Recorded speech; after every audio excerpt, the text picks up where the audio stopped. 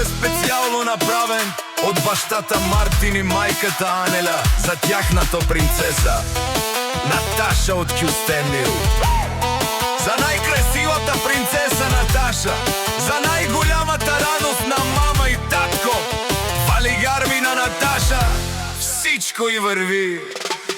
Авела, Кая, Гилитаро, Мартир, машината и Тало, мечая ке Наташа от Кюстендил, поздрав Керава и Аша, Бала, Наташа, да си жива и здрава, да имаш късмет, берекет и много щастие.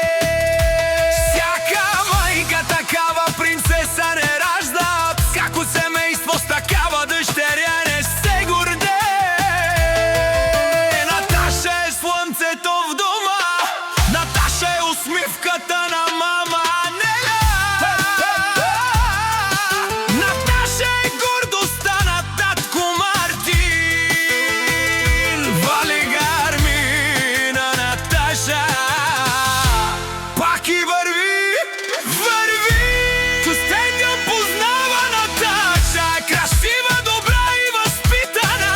Нека винаги бъде усмихната, нека сбъдва всяка своя мечта. Нека има здраве, щастие и берекет, нека Господ я пази всеки ден. О, Наташа, не слушай душманите, върви само напред. Мама Анеля и татко Мартир винаги са до теб.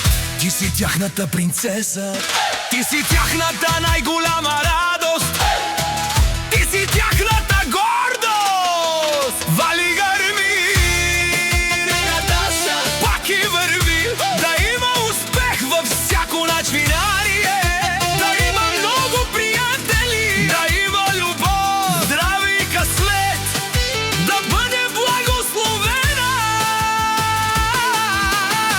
От бащата Мартин и майката Анеля, с много любов за тяхната принцеса. За Наташа от Кюстендил.